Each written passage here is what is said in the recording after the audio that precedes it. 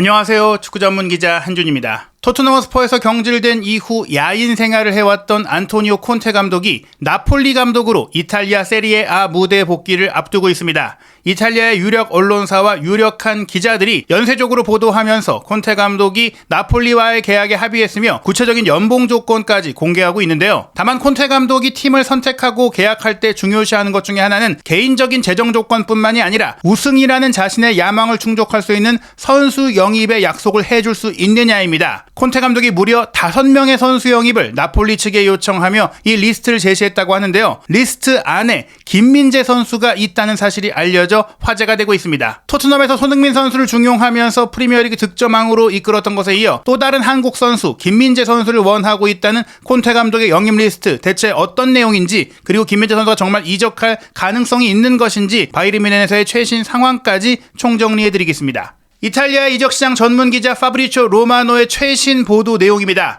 나폴리가 안토니오 콘테 감독에게 2027년 6월까지 유효한 3년 계약의 제안서를 보냈고 구단 역대 최고 연봉을 제시했다고 알렸습니다. 주요 세부 사항은 다음 주에 있을 공개 행사를 위해 콘테 감독이 직접 이탈리아 시간으로 월요일에 나폴리를 방문해 데 라우렌티스 회장과 논의할 예정이라고 하는데요. 콘테 감독은 항상 나폴리 감독직에 열려 있었으며 이번 프로젝트에 큰 기대를 걸고 있다며 성사 가능성이 높다고 알렸습니다. 즉 공식 오퍼가 들어갔고 계약서가 작성이 됐다, 사인만 하면 된다라는 단계까지 보도가 나오고 있는 것이니까 지난 주말에 2023-2024 시즌 이탈리아 세리에 A가 끝났고 공식 일정이 끝남과 동시에 다음 시즌 준비를 위한 본격적인 행보에 있어서 첫 번째 걸음인 감독 선임 작업이 진행되고 있는 것입니다. 여러 매체에서 콘테 감독의 나폴리 부임 임박을 보도하고 있는데요. 이탈리아의 다즌에서 활동하고 있는 오라치오 아쿠만도 기자는 자신의 X 계정을 통해서 콘테 감독과 나폴리의 협상 상황에 대해 세부 조건을 소개했습니다. 콘테 감독이 그의 역사적인 코칭 스태프 4단을 대동하고 나폴리 감독으로 도착할 것입니다. 내일이 결정적인 날이 될 수 있지만, 즉 이탈리아 시간으로 월요일이 결정적인 날, 계약하는 날이 될 수도 있지만 어찌됐거나 이 날이 아니라고 하더라도 콘테 감독이 나폴리 감독직을 맡는 데까지는 한 걸음만 남았다, 마지막 단계만 남았다라는 것입니다. 예상되는 조건은 3년 계약에 650만 유로의 기본 연봉 그리고 200만 유로의 보너스 조항이라고 소개했는데요. 한국 돈으로 650만 유로는 약 96억 원, 100억 원 가까이 되는 연봉이고요. 200만 유로의 보너스 옵션은 약 29억 원, 30억 정도의 금액인데 여기서 좀 더 구체적인 내용이 나옵니다. 알프레도 페둘라, 파브리치오 로마노와 더불어서 또 다른 유럽 전역을 커버하고 있는 이탈리아의 이적시장 전문 기자인데요. 본래 아탈란타의 가스페리니 감독과 콘테 감독이 나폴리의 감독 우선순위에 있다는 얘기들이 있었고 또 가스페리니가 더 높은 순위에 있다는 얘기들이 있었지만 페둘라 기자는 콘테 감독이 늘 나폴리의 1순위였다라고 이야기를 하면서 마음을 바꾼 적이 없다, 콘테 감독이 가스페리니가 무산돼서 맡게 된 것은 아니다, 이렇게 설명을 했어요. 어떻게 보면 이 내용은 나폴리 측이라든지 콘테 감독 측의 좀 자존심을 위한 보도일 수도 있습니다. 아탈란타가 유로파리그 우승을 차지하면서 가스페리니 감독이 팀을 떠나지 않겠다라고 공언하면서 사실 가스페리니 감독과 나폴리 사이에 제대로 된 협상이 진행될 수가 없었던 상황이거든요. 게다가 가스페리니 감독이 아탈란타를 떠날지 여부가 미지수인 상태에서 이미 나폴리는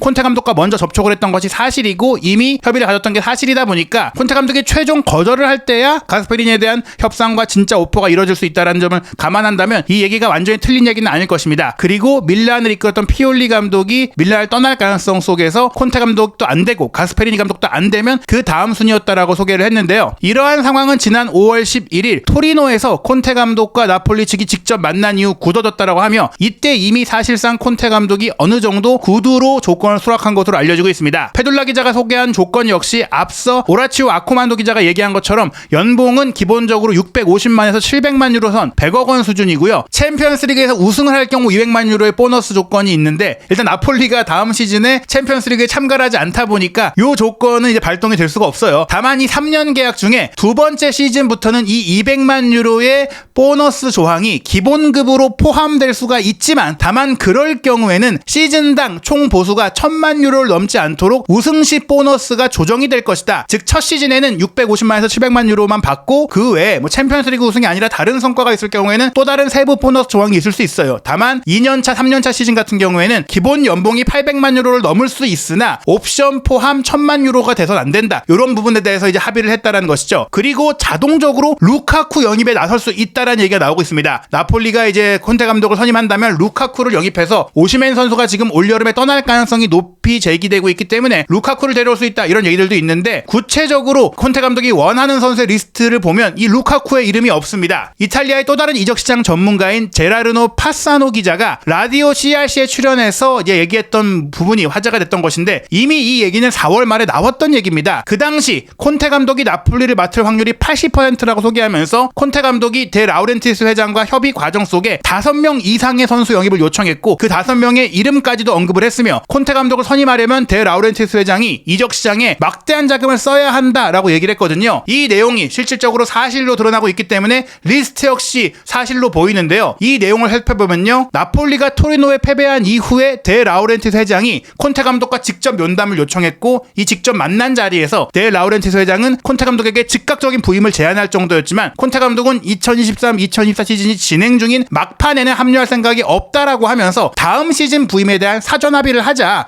미리 이 부분을 합의하겠다, 내가 지금은 부임할 수 없지만 다음 시즌에 맡겠다고 약속을 하겠다, 요런 얘기가 오갔다라는 겁니다. 다만 그러면서 콘테 감독이 요구했던 것은 다음 시즌을 위한 여름의 선수 영입이었는데요. 구체적으로 김민재의 복귀, 김민재 선수를 나폴리가 다시 영입하는 것과 슈크리니아르, 암라바트, 캐시에, 스카마카의 영입을 요청했다면서 이름을 적시했습니다. 주목할 부분은 콘테 감독이 토트넘을 이끌 때 이적설이 있었던 모든 선수들이 언급이 된 거예요. 슈크리니아르도 토트넘에서 센터백 자원으로 노렸었고, 김민재 선수 같은 경우야 무리뉴 감독 때 이미 적극적으로 추진을 했었지만 무산된 이후에 콘테 감독도 김민재 선수 영입을 승인했다는 얘기들이 있었지만 데려올 수가 없는 상황이 됐었죠. 암라바트 역시 꾸준히 토트넘과 연결이 됐었고, 캐시에도 마찬가지였고, 스카마카도 물망에 올랐던 선수니까 콘테 감독이 꾸준히 원하는 선수가 같다, 콘테 감독의 스타일에 맞는 선수는 이미 정해져 있다, 이렇게 볼 수가 있겠습니다. 나폴리가 콘테 감독에게 막대한 구단 역대 최고 연봉까지 제시하고 선수 영입까지 지원해주겠다라고 결정을 내린 것은 2022-2023 시즌에 세리에 A에서 우승을 차지하면서 역사적인 성과를 내고 스팔레티 감독이 떠나고 김민재 선수만이 우승 멤버에서 주전 자원 중에 거의 유일하게 팀을 떠난 상태인데도 불구하고 무려 10위까지 순위가 급락했기 때문입니다. 챔피언스리그 진출에 실패한 것은 물론이고 유럽 대항전조차 나갈 수 없는 최악의 성적으로 마무리하게 된 것인데요. 2023-2024 시즌 최종 이탈리아 세리에 A 순위를 보면 인터밀란이 우승을 차지했고요. AC 밀란이 2위로 챔피언스리그 진출, 그리고 올 시즌 같은 경우에는 36개 팀으로 챔피언스리그 대회가 확대됐는데, 이탈리아 팀들이 특히 아탈란타의 유로파리그 우승 등 모든 유럽 대항전에서 좋은 성과를 내면서 유럽 리그 랭킹 순위 단일 시즌 1위를 차지했습니다. 그로 인해 5위까지 챔피언스리그에 나갈 수 있게 됐거든요. 그래서 3위 유벤투스, 4위 아탈란타, 5위 볼로냐까지 이제 챔피언스리그에 나가고 6위 로마가 유로파리그에 참가하는 형태가 됐습니다. 나폴리는 이렇게 유럽 대항전 진출권이 세리에 A에서 많이 늘어났음에도 불구하고 다시 챔피언스리그 진출에 오르지 못했는데요. 나폴리가 특히 시즌 마지막 7경기는 이기지 못했어요. 패배가 2번밖에 없긴 했지만 7경기 동안 이기지 못했다. 4월 초 몬차와의 경기 이후 모두 이기지 못했고, 또 3월 초에 유벤투스를 상대로 한 홈경기 깜짝 2대1 승리 이후 12경기에서 이겼던 게 바로 저 몬차와의 원정 경기 한 차례뿐이었을 정도로 막판의 부진이 심각했습니다. 게다가 올 시즌 리그 순위를 차지하는 과정 속에 가장 큰 문제가 수비의 문제였는데요. 왜냐? 크바라첼리아도 남았고, 지금 오시멘도 남았고, 로보트카, 앙기사, 미드필드 라인 선수도 다 남았거든요. 치엘린스키까지 남았어요. 그런데 지난 우승 당시 나폴리의 실점이 28골밖에 되지 않았습니다. 세리에 A 전체 팀 중에 최소 실점을 기록했었는데, 이번 시즌에는 48실점으로 무려 20골을 더 허용한 겁니다. 그리고 이 과정 속의 차이는 감독이 바뀐 것도 있지만 김민재 선수가 빠졌던 것이다. 실제로 나폴리의 마지막 경기 레체전 라인업을 보시면 크바라첼리아, 시메오네, 폴리타노를 3톱으로 놓고 앙귀사, 카후스테, 로보트카의 3미들, 올리베라, 웨스티고르, 라흐마니, 마초키의 포백, 그리고 메레시 골문을 지켰는데, 이게 마지막 라운드여서 그렇지 시즌 내내 중용됐던 가장 많이 출전한 선수들의 포진을 보면 4-3-3 포메이션 우승 당시의 전술이 유지됐고, 선수 명단도 폴리타노, 오시멘, 크바라첼리아의 3톱, 앙귀사, 로보트카, 치엘린스키의 3미들, 디로렌초, 라흐마니, 제주스, 올리베라의 포백, 메렛 골키퍼까지 김민재 선수만이 빠진 것이지 제주스의 자리에 원래 김민재 선수가 있었던 것 말고는 그대로거든요. 그럼에도 이제 나폴리의 성적이 급락했다. 여기에는 감독의 문제도 있지만 김민재 선수가 뒤를 커버해주지 못한 문제도 있다.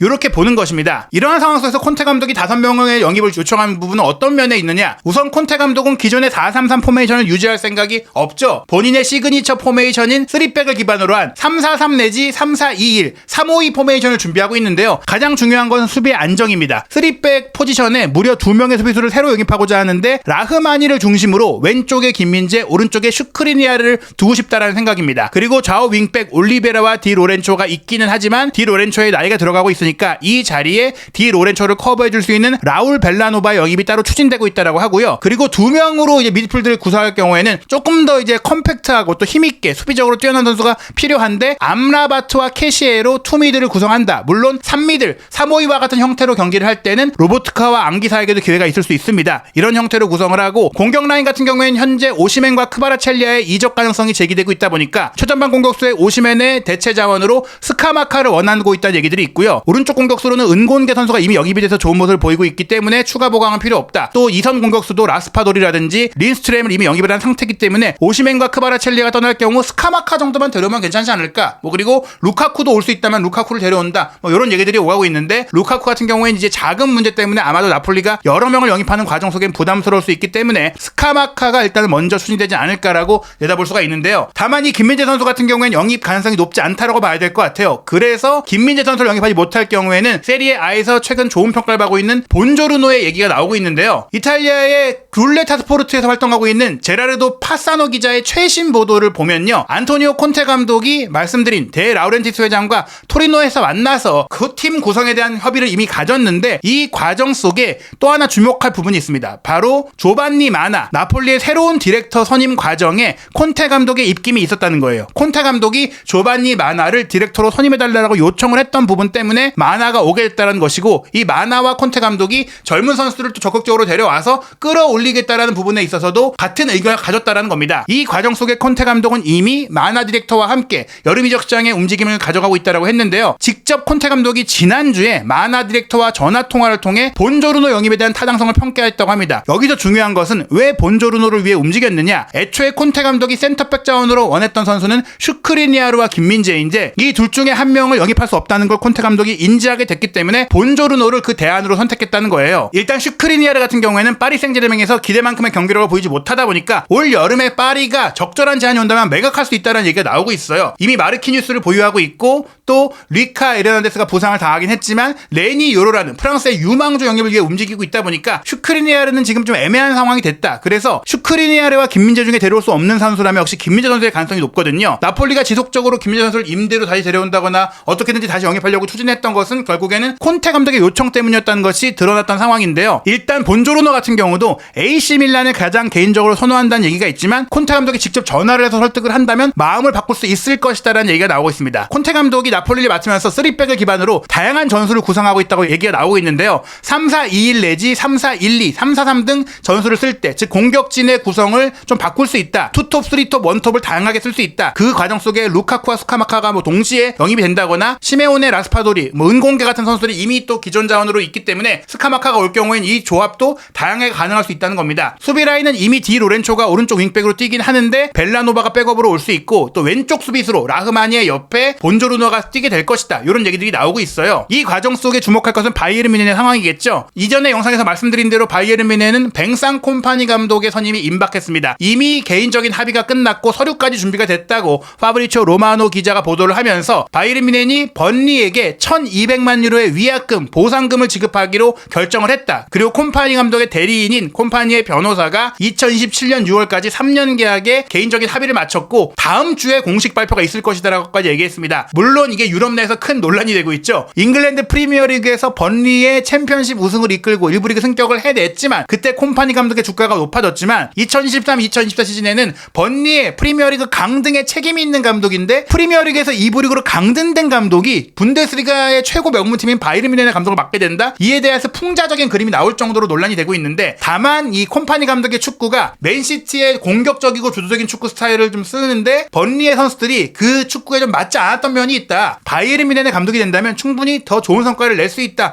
이런 얘기가 나오는 겁니다. 실제로 번리가 잉글랜드 챔피언십에서 우승할 때는 챔피언십 안에서는 번리의 선수 자원이 충분히 우승을 노릴 수 있는 공격적인 축구가 가능했지만 그런 철학을 이제 지키면서 프리미어리그를 운영하다 보니까 어려웠던 것이다. 바이에른이 원하는 방향성에 콤파니는 충분히 맞는 감독이다. 이런 얘기가 나오고 있는 겁니다. 이러한 과정 속에 콤파니 감독 체제의 바이에른 뮌헨도 여름 이적 시장에 꽤 변화가 있을 것으로 전망되고 있는데요. 일단 핵심 미드필드이자 오른쪽 풀백을 맡아볼 수 있는 요주아 키미 같은 경우에는 전 바이에른 뮌헨 감독인 한지 플릭이 바르셀로나의 감독으로 부임하면서 바르셀로나로 갈 가능성이 제기되고 있어요. 이미 지난 시즌 동안에도 바르셀로나나 맨시티와 연결됐던 바가 있는 키미히는 올여름에 새로운 도전에 나설 가능성이 제기되고 있고요. 이러한 과정 속에 슈퍼모탱도 이미 결별이 확정된 가운데 스트라이커 자원으로 슈퍼모탱의 이제 대안, 케인의 백업 자원을 찾고 있고 또 최소한 한 명의 윙어가 필요하다. 그나브리게의 몸 상태가 좋지 않고 코망도 부상이 잦다 보니까 측면 공격수 영입을 찾고 있고 홀딩 미드필더 키미히가 떠날 경우도 대안을 준비해야 되고 또 미드필드 라인의 뎁스 문제도 최근에 드러나고 있기 때문에 이 자리도 필요하고 만약 알폰소 데이비스가 역시 레알 마드리드로 이적을 한다면 이 자리에 대안이 필요한데 왼쪽 풀백으로는 테오 에르난데스가 이미 거론이 되고 있다고 합니다. 그리고 센터백으로 레버쿠젠의 분데스리가 무패 우승을 이끈 핵심 자원인 요나탄 타가 계속해서 언급이 되고 있는데 다만 독일의 키커지가 보도한 바에 따르면 요나탄 타의 영입 추진이 되려면 기존의 센터백 중에 한 명은 떠나야 추진이 될 것이다. 즉 기존 센터백 중에 떠나는 선수가 없다면 그대로 간다는 얘긴데요. 현재 센터백 자원은 더리흐트, 우파메카노, 김민재, 다이어입니다. 더리흐트와 우파메카노가 이미 있는 상태에서 김민재와 다이어가 지난 시즌에 영입이 된 것이죠. 여기서 다이어가 후반기에는 굉장히 주전으로 맹활약을 했고 전반기에는 김민재 선수가 굉장히 잘 뛰어줬는데 일단 모든 선수들이 나갈 가능성이 없다라는 것이 첫 번째 가정입니다. 다만 우파메카노가 이 4명의 선수 중에 가장 어려운 상황이다라는 얘기가 있으나 투헬 감독 체제에서 그랬던 것이지 콤파니 감독이 라인을 높이고 경기를 하다 보니까 속도감에 있어서 우파메카노, 김민재 둘 다 있어야 되는 상황이다. 더리흐트와 다이어가 이런 속도의 문제를 갖고 있기 때문에 올 여름에 프리시즌이 진행될 때 어떤 상황이 펼쳐질지는 지켜봐야 될 것 같고 또 레버쿠젠 임대를 다녀올 스타니시치가 돌아오기 때문에 스타니시치 역시 수비 라인에서 기회를 얻게 될 수 있기 때문에 올 여름 콤파니 감독이 실제 부임하고 팀을 직접 지켜보면서 이런 결정이 나올 거라고 생각이 되는데요. 일단 김민재 선수는 잔류가 유력하다고 생각이 됩니다. 우선 김민재 선수의 영입으로 바이에른 뮌헨이 일찌감치 쿠팡 플레이 시리즈로 올 여름 한국 투어를 확정했죠. 8월 3일에 서울 월드컵 경기장에서 토트넘과 경기를 하기로 했는데 손흥민 선수와 김민재 선수의 맞대결이기 때문에 관심을 끌고 있는 경기라는 점에 있어서 이 경기 시점까지 미리 김민재 선수를 내보낼 가능성이 없죠. 그런데 이 시점은 이미 유럽리그 2024-2025 시즌이 개막할 시점이기 때문에 만약 정리를 한다면 조직력을 극대화해야 될 이 시점이 아니라 이전에 결정이 돼야 됩니다. 즉 김민재 선수가 떠날 가능성이 굉장히 낮다. 그래서 콘테 감독이 요청한 영입 리스트에서 가장 데려오기 어려운 선수, 사실상 포기한 선수는 김민재 선수일 거라고 봐야 될 것 같습니다. 게다가 토트넘과 바이에른은 올 여름에 2번이나 경기를 합니다. 현지 시간 유럽에는 8월 10일, 한국 시간으로는 8월 11일 새벽 1시 반에 토트넘 호스퍼 스타디움에서 영국 런던에서도 두 팀이 맞대결을 펼치거든요. 이러한 일정들의 메인 포스터로 바이에른 뮌헨 역시 김민재 선수와 손흥민 선수의 얼굴을 내걸었기 때문에 김민재 선수는 최소한 한 시즌은 더 바이에른에서 도전을 한다. 개인적인 입장도 의지도 그렇기 때문에 콘테 감독이 원하지만 나폴리로 돌아갈 가능성은 거의 없다라고 보시면 될 것 같습니다. 한편 올 여름 김민재 선수는 시즌 막판에 입은 발목 부상으로 인해